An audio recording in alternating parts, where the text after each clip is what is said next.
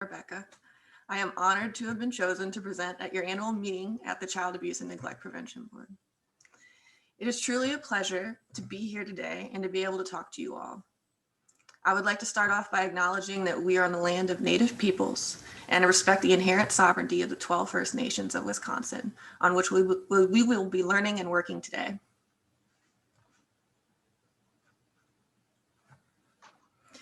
It's a nice, clear, sunny day here in Madison. I'm enjoying it. I hope everybody is relaxing. And if you're at home, putting your feet up. If you're not at home and you're at work right now, please figuratively put your feet up. There's no need to confirm or deny whether or not you're wearing sweatpants right now. I won't check. Although I am going to talk to you all for a little while. I also want to allow time at the end for questions, because I want to hear your voices and your thoughts. In my opinion, we can't do this work without discussion. I've really been looking forward to this, and it is my hope that I can properly set the tone for all of you and for the upcoming speakers and events. To do that, I would first like to tell you a story. In 1996, during an unseasonably chilly spring day in St. Louis, Missouri, a kindergarten teacher, in the process of cleaning up her classroom, witnessed a screaming match break out between two 5-year-olds, the last two children waiting for their parents to come pick them up after school. She had no idea how it started, but all she could hear was a usually good-natured little girl yelling at the top of her lungs, "Of course she is my mother." The second 5-year-old, a little boy, squared up in front of her, looked her dead in the eyes, and with no hesitation yelled back, "That's not possible. Your mom can't be Black because you're not Black." The little girl retorted, "I am Black because my mom is Black." The boy, unconvinced, screamed back, "No, you're not." "Yes, I am," the little girl replied, stamping the argument with her own conviction. The teacher stared in shocked silence, stuck in a situation she had never encountered before. Standing before these two children, having a racially charged argument about self-identification and racial categorization, she saw that they were both about a second away from tears, staring at a divide that they did not fully understand. In fact, it was a divide that maybe she didn't fully understand. One saw the world one way, and the other in a completely different way, bounded by their own limited perspective. Normally, she was excellent at solving dilemmas with children about sharing crayons or who gets to put the stickers on the attendance board.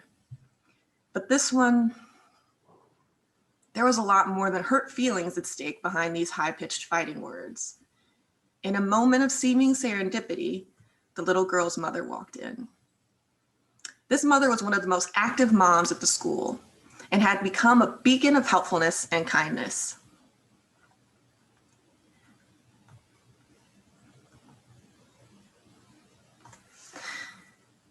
Which extended from staff to the children and even to their parents. She was well known and well loved. She was also Black. The mother caught her daughter's eyes, and a look the teacher had never seen before came across her face. The mother asked what was wrong, and the little girl, red in the face and confused, defeatedly said, "He doesn't think you are my mom." The teacher, who had finally found her words, jumped in to say, "They got into a little disagreement and are both a bit upset, trying to smooth things over." The mother nodded, grabbed her daughter's hand, and ushered her along as they picked up and prepared to leave. As she made her exit, she left looking concerned and distant, the cogs turning in her brain. Once the teacher was alone, she sat down at her desk and thought about what had just happened and how ill-prepared she had been considering her 20 years of experience.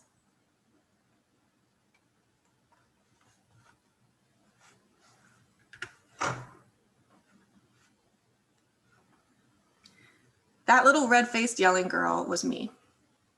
I am biracial, meaning I have biological parents who identify with two different racial groups. And in my case, that is Black and white. My mother is Black And my father is the only white man you see in the picture in this slide.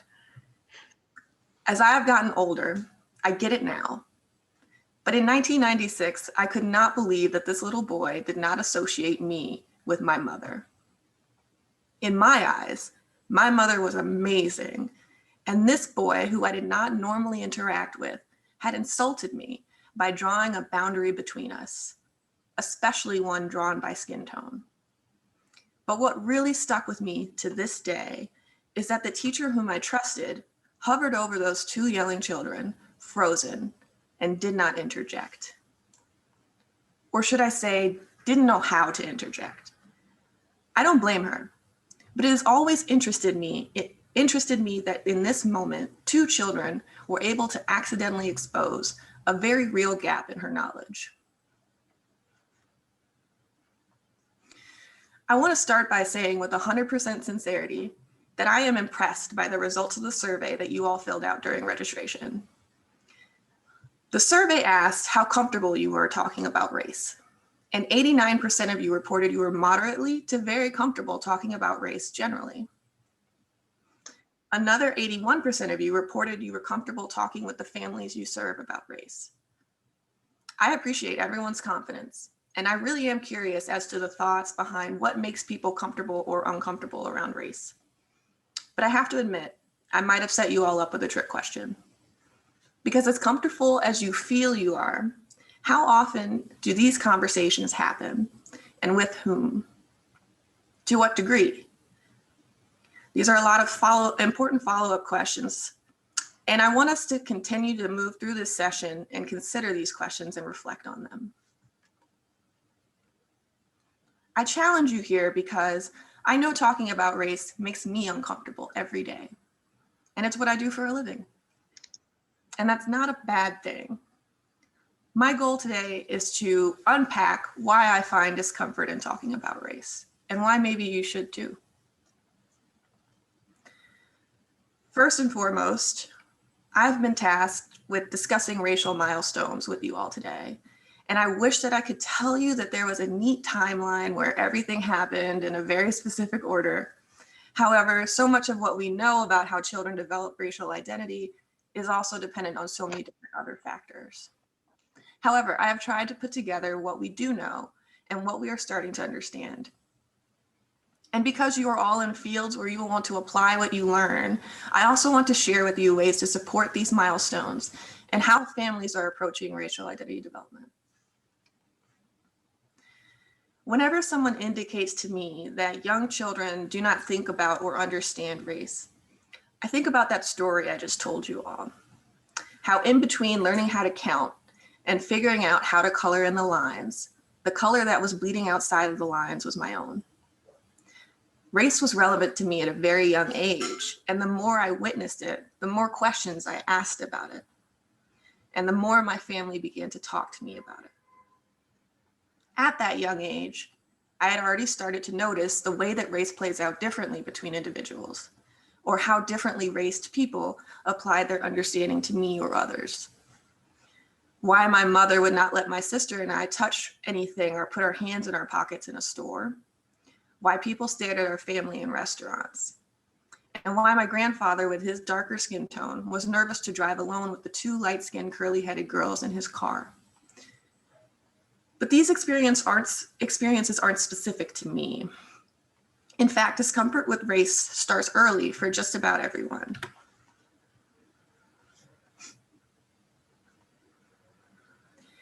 Infants as early as 15 months discriminate between skin color, especially if they are not exposed to different skin tones. Globally, children start to understand and label around race as a concept as early as 3 years old.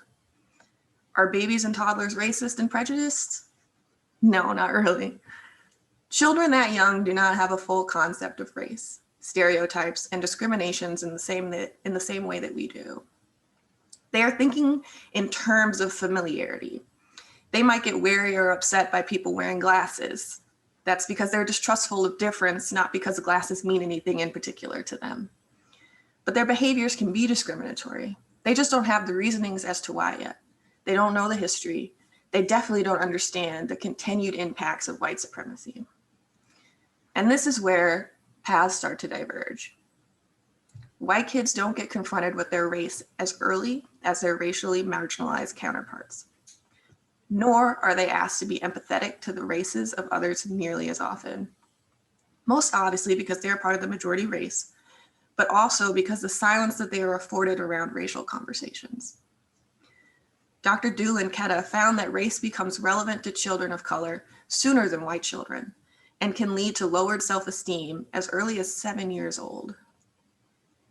White children also slowly accumulate stereotypes and prejudices, but generally do not have the same racial framework, nor do they receive the same level of racial messaging.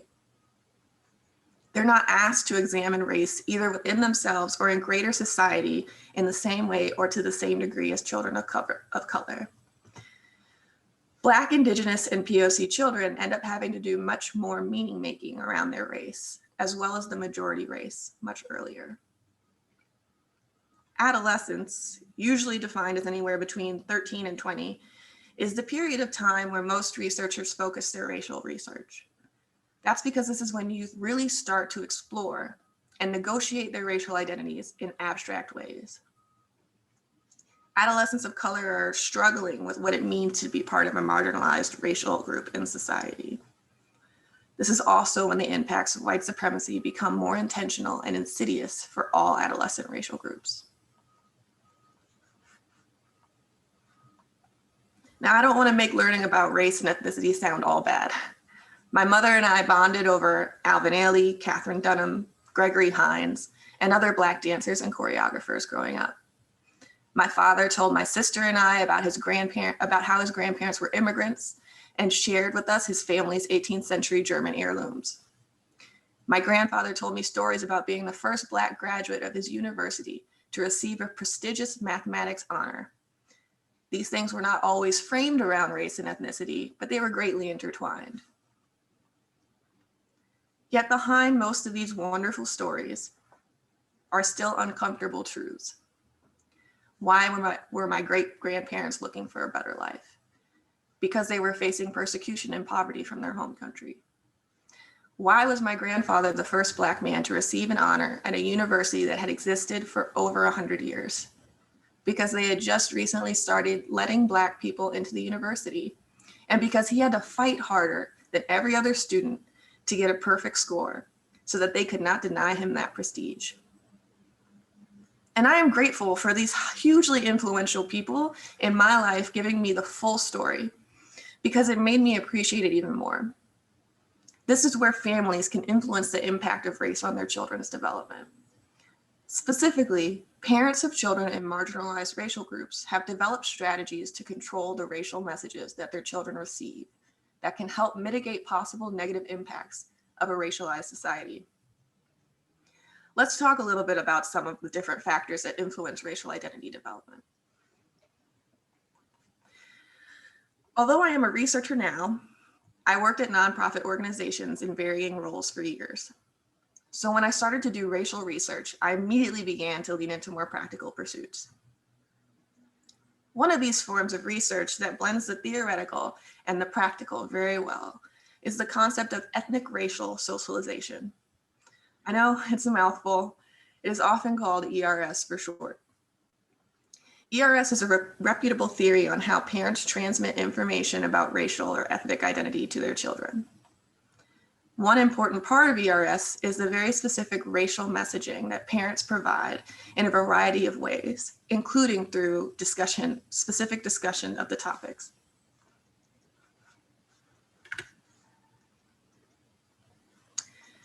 Usually these racial messages are categorized in 4 distinct ways. Cultural socialization, which is equivalent to communicating pride in an ethnic racial culture. This can be taking a child to a museum exhibit or a cultural fair. Maybe it's just telling them about their family history and the achievements of other people of their ethnic racial identity. There's also preparation for bias, where a parent prepares their child for prejudice and discrimination. This can look like talking to children about how they might be perceived by the world and who might not provide them with fairness.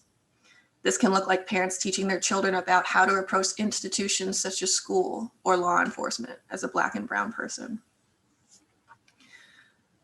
There's also promotion of mistrust, which fosters skepticism and suspicion in interracial interactions. These messages might look more like telling children to only play with kids of their own racial or ethnic groups. And then egalitarian messages, which essentially promote sameness between races, indirect racial commentary, or silence on racial and ethnic identity altogether. I want to touch on this one a little bit more later. Also, these messages aren't mutually exclusive. They can be provided in many different combinations to create many different formulas of socialization. All races and ethnicities of children receive these in different frequencies. Cultural socialization specifically is most common for most children. However, several studies have shown that cultural socialization, along with some preparation for bias messages, are very beneficial to Black adolescents specifically. Other studies show that white mothers of Black children and mixed race children provide these messages as well. So racial messages aren't necessarily specific to the parent or the parent's race. Promotion of mistrust and egalitarian messages don't have those same ties to positive outcomes and are hypothesized to have the opposite effect in children. One of the major points that I want everyone to walk away with today is when children are taught to avoid race, that doesn't mean that they aren't learning about race. This is the essential downside to egalitarian messages. If a child in a store points at a woman who's in a different racial group than them and loudly calls out, "Her hair looks weird," and the parent ignores the comment, hushes it angrily, or runs out of the store from embarrassment, they're sending a racial message. They did not avoid the situation, they missed out on an important conversation.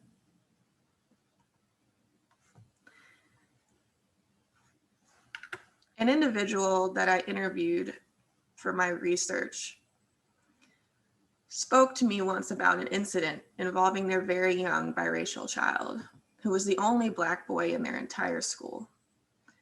Apparently, when he got too energetic, the teachers began to ask him to do the laundry with the classroom aide, instead of participating in the learning activities with the rest of the class, unbeknownst to his parents, of course.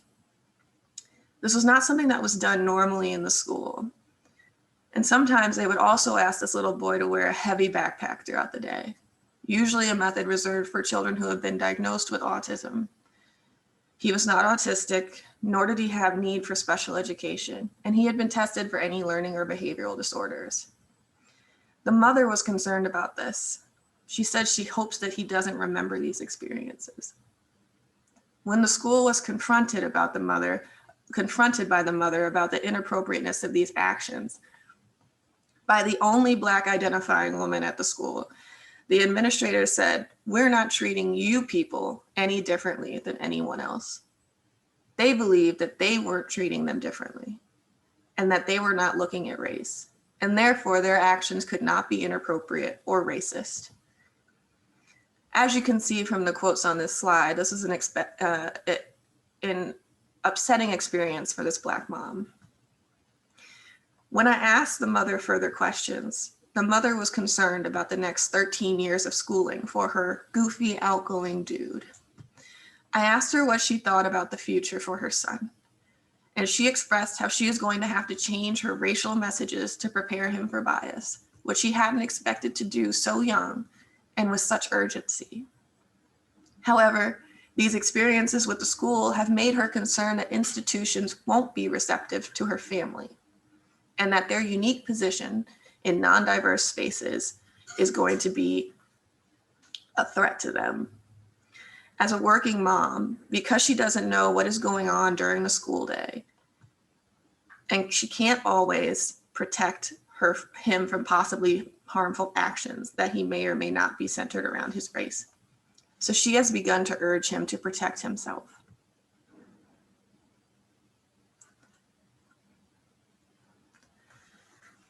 To be colorblind when it comes to race is an interesting concept.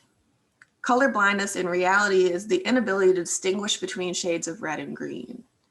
But many of us now say that we don't see color or are colorblind with the intention of ignoring race into non-existence. However, there is a difference between invisibility and absence.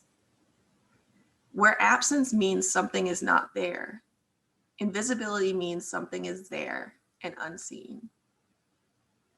Colorblindness as an ideology wants to promote the absence of discrimination, but instead it reinforces the invisibility of persecution. Subsequently, the very people we do not want to oppress are the very same people we turn a blind eye to. When we are children and we are told not to talk about things, we begin to believe that those things will just go away. If we don't look under the bed, then we won't see the boogeyman. If we do not address it, then it will not become a reality. But that is not the truth. We have only succeeded in making reality invisible. What do you do when a child hears a sound under the bed or in the closet? You turn on the light and show them everything inside. In our efforts to avoid treating people differently, sometimes we end up avoiding differences altogether.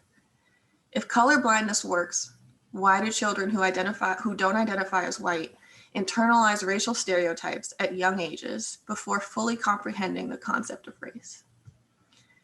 We can't unlearn things by blinding ourselves to them. Instead, we burden the people who are forced to wake up every day and stare at the reality of race in the mirror.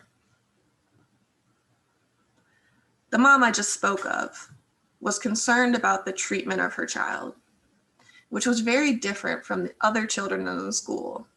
And considering he was the only boy of his race, she felt she needed to go the extra mile to make sure that everything was above board. However, instead of listening to her concerns and taking an empathetic approach or having an open conversation about the situation, the school shut her down, became defensive, and declared that there was no accuracy to her claims because of their own expert ability to not see race.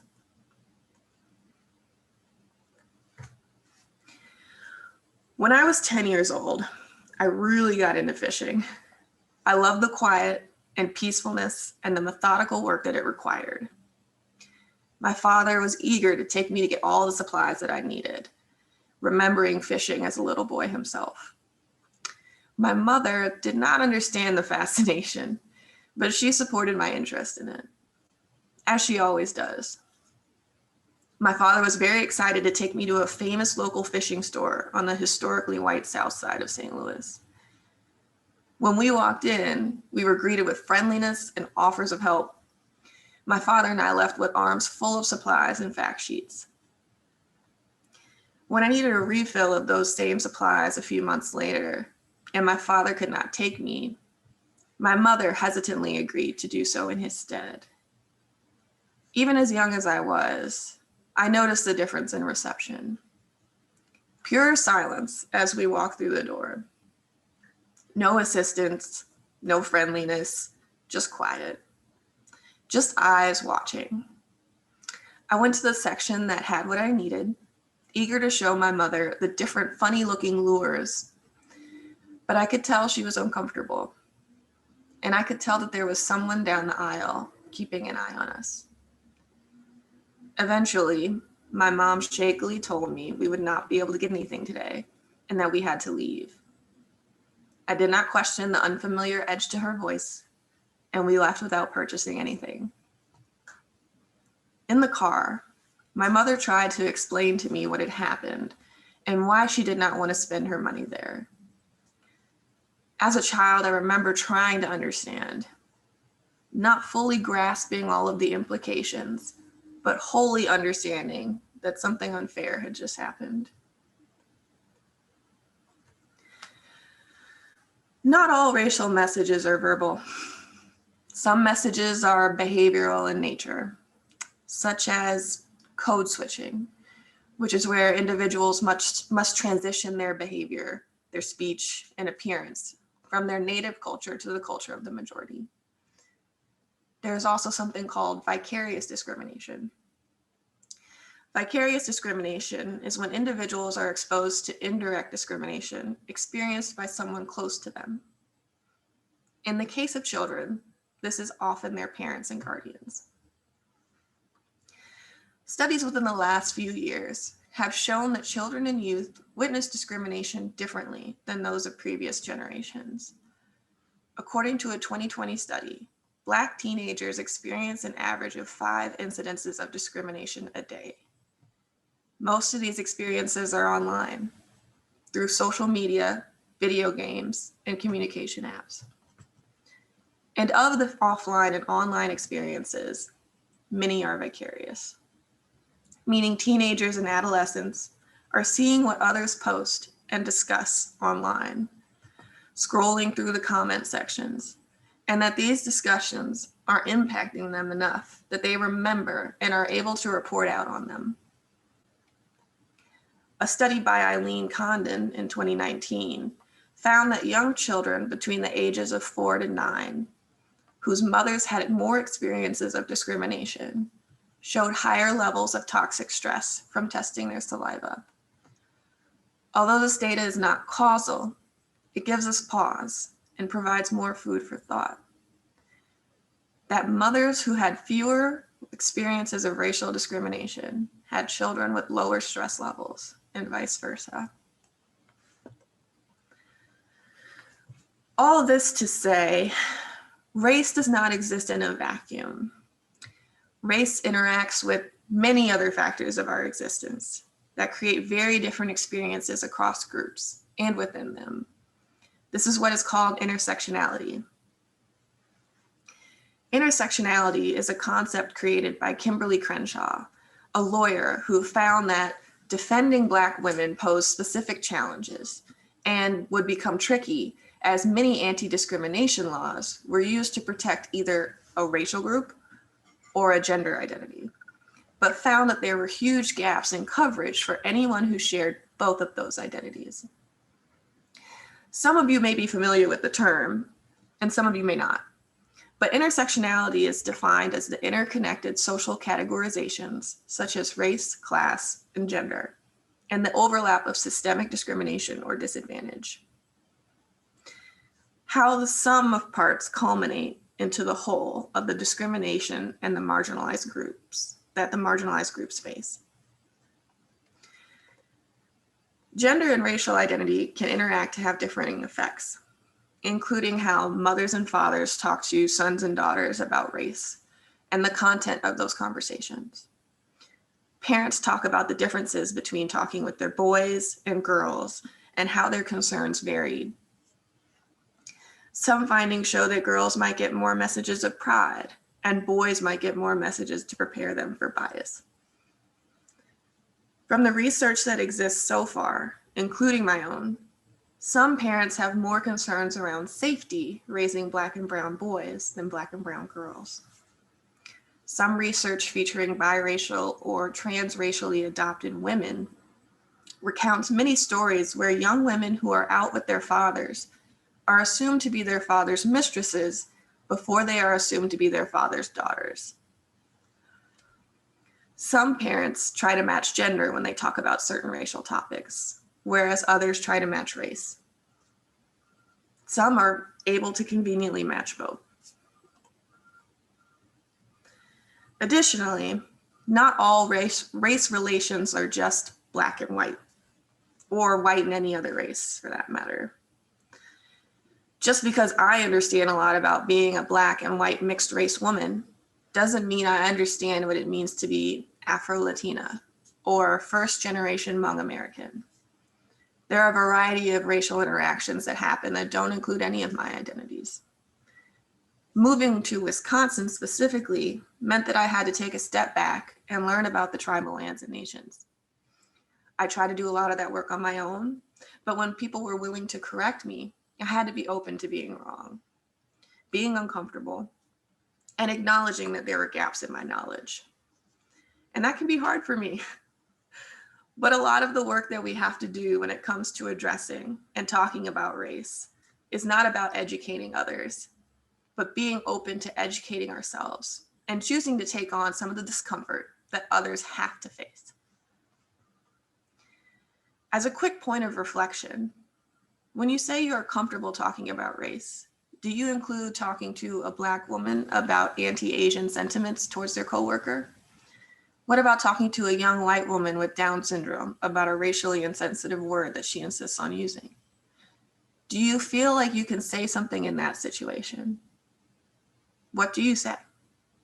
How do you say it? Is it your place to say anything?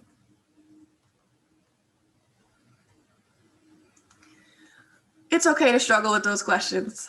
I definitely do.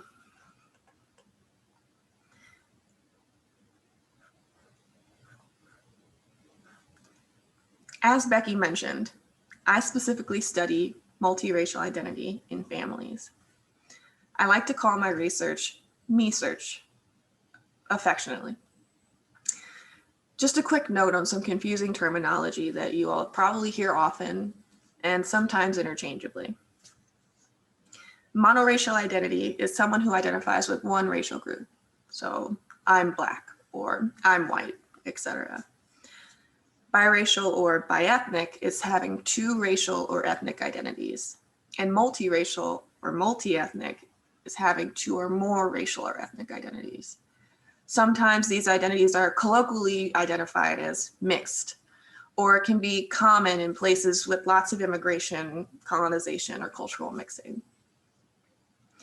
A family with multiple races is considered an interracial family, and parents who are partners of two different races are considered an interracial couple.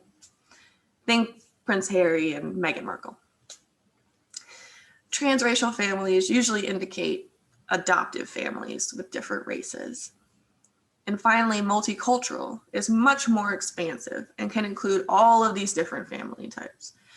This could look like a Jewish and Christian family, or a Jamaican Black and American Black family.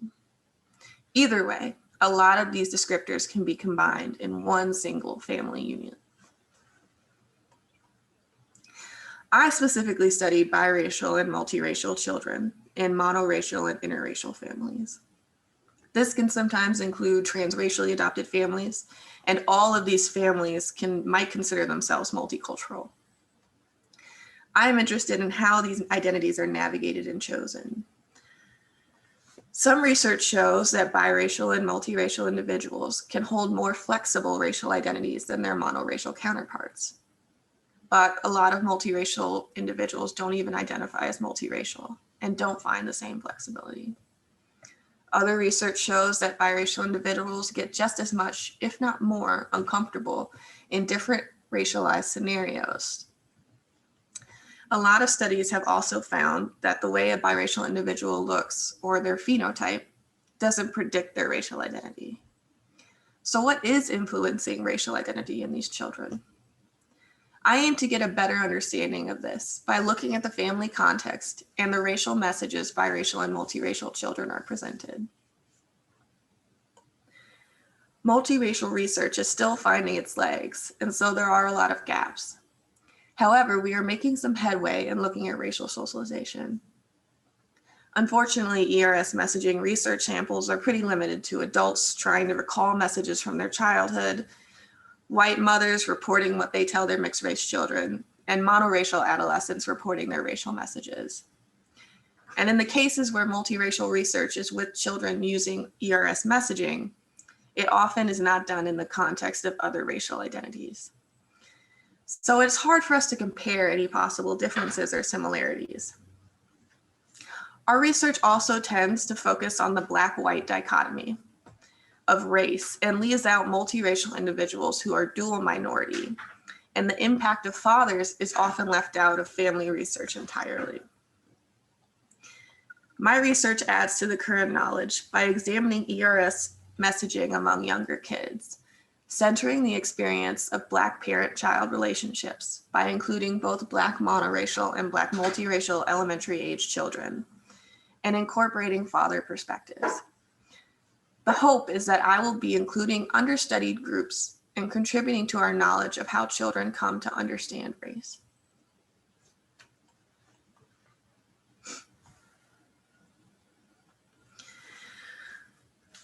When my father was around 8 years old, in the late 1950s, he was sitting in the living room of his home when he heard a commotion outside. When he opened the curtains, he was surprised to see a young man walking down his residential street with a group of men following him and yelling. Through the window pane, it wasn't clear what they were saying, but he could tell it wasn't friendly. Suddenly, the group began to pummel the man. And although my father spared me the details when he recounted this story to me as a child, his face contorted as he rehashed the violent images he saw that day, much in the same way it does when he talks about his service during the Vietnam War. My father sees himself as a very good guy, and he always wanted to be someone who helps those who are hurt or in danger. He immediately yelled for his parents, my future grandparents, that someone was being beaten outside. When they came to the window, my grandparents told him to close the curtains and walk away. He did as they said. As you imagine this scene, what did you see? Who did you envision? As I'm sure many of you can imagine, in 1950s Missouri, the man who was harassed and harmed by a group of white men was Black. My father never brought that incident up with his parents again, but he never forgot that experience and that man he closed the curtains on.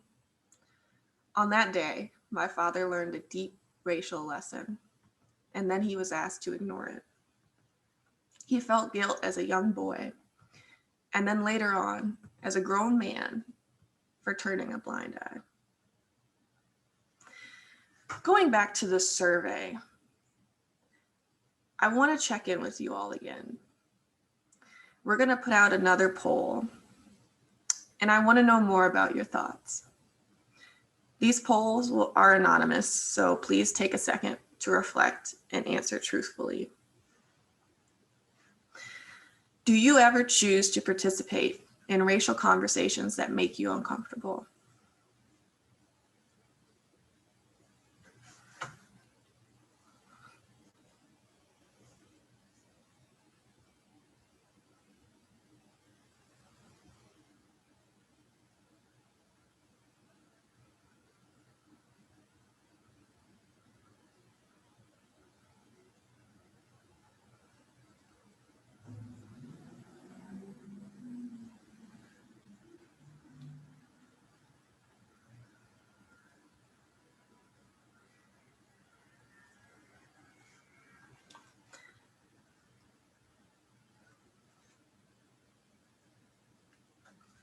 Thank you all. I think we've got a pretty clear winner here.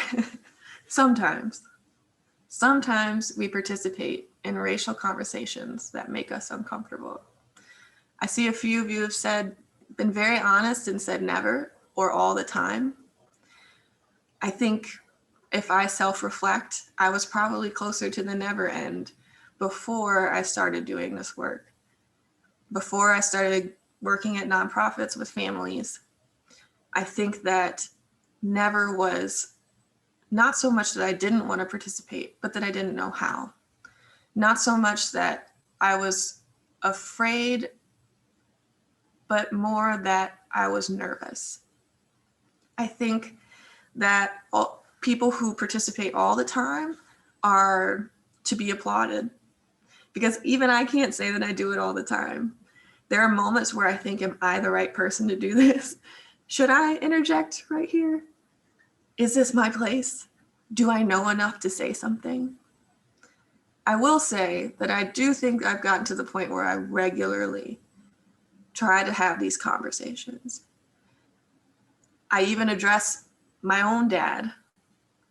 As a veteran, he has his opinions about the anthem, and I have mine. And we've had some very interesting conversations about that.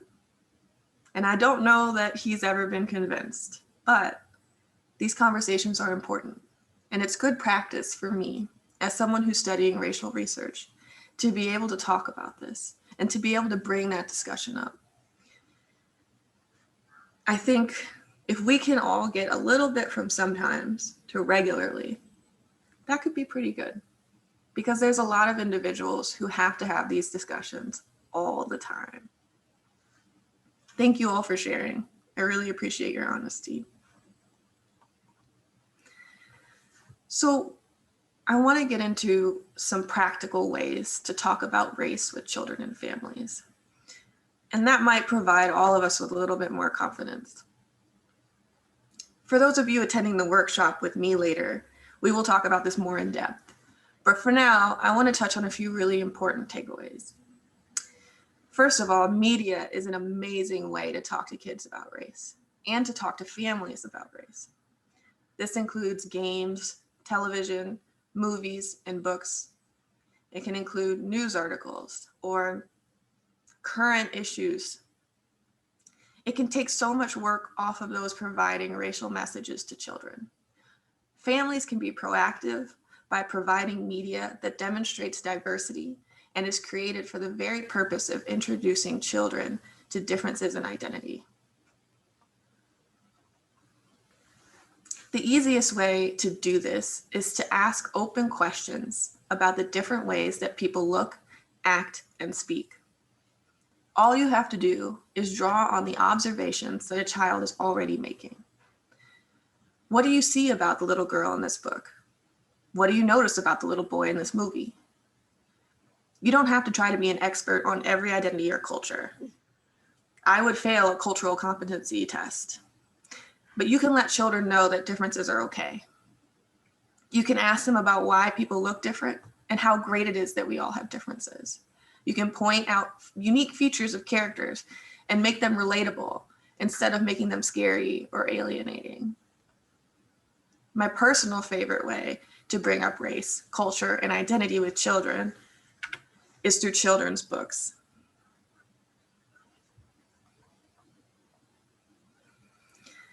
Books can address race outright, provide insight into specific cultures, or just provide exposure to different groups of people. And this is so often underutilized. According to the Cooperative Children's Book Center here at UW-Madison, 50% of children's books published feature white characters, and 27% featured animals as the main characters, leaving 23% as everything and everyone else, including cars. However, the amount of books with differing representation are increasing. So find books that use a variety of people to tell their stories. Use books to acquaint children with the wider world and an abundance of people. An organization that I worked with was able to purchase hundreds of books to give away to families and to keep in our own small library. We went out of our way to find a wide range of books that showed diversity in race, language, and culture. To this day, it was one of the best things that I feel like I have ever participated in. During that time, I also enjoyed giving parents suggestions about books and media as a home visitor. Here's what I tell parents who ask me questions about race or who think that they don't need to talk about race. No one can be expected to understand every identity or to explain the complex racial identities that exist. But there are people doing that work for us to help the next generation understand each other a little better. I have learned so much from reading books, and I know that children can learn a lot too. Sometimes they might ask questions you don't know the answer to, and that is okay. You can let them know that you don't know. As a scholar, I have learned that knowing what you don't know is important too. But pretending to know the answers or not confronting the issue will only lead us in circles.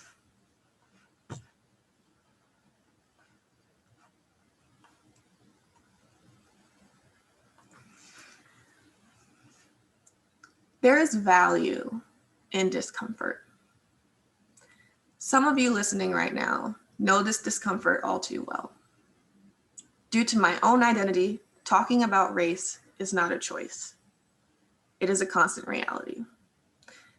Growing up, my sister and I fielded the question, "What are you?" So many times, the answer became mechanical. Even so, I am not an expert. I am uncomfortable talking about race because I know that it is complicated and that even with my multiple races and my research, I will never fully know other people's experiences. I have so many moments where I don't know how to speak up or if I should, but I talk about it anyway. And not in a way that makes me feel good, but in a way that opens up a conversation and provides support to those who are forced to confront race. In the instances where I can slip under the radar, I open my big mouth anyway, not because I'm excited to do so, but because if I do not deal with the discomfort now, then someone else will have to take on that burden of discomfort in my place down the line. Maybe someone less prepared or more burdened than me. Speaking of discomfort, I want to share with you all some of what I worried about when putting this speech together. I was worried about sounding angry or divisive. I worried about being the wrong person to represent racial messaging and racial milestones. I felt too young to educate, too old to be in touch, too educated to be able to connect, too uneducated to be an expert. I felt too Black to talk on privilege and too white to talk on oppression. And then I worried about worrying. I wrestled with the discomfort that I would then have to ask all of you to be uncomfortable with me. Then I remembered that I do not have to question myself to talk about something that we should all be talking about. I had to remind myself that my uncertainties don't need to dictate my involvement. So know that you are not alone in your personal thoughts of why you might not be the right person to confront race. I invite you all to take a moment, sit in some of this discomfort with me. I invite those of you who are willing to open up this conversation, to share the burden of discomfort, and to find a way around it, and to not find a way around it or through it. I invite you not to turn a blind eye. And instead, I ask you all to sit with me right here in this discomfort and know that you are not alone in it.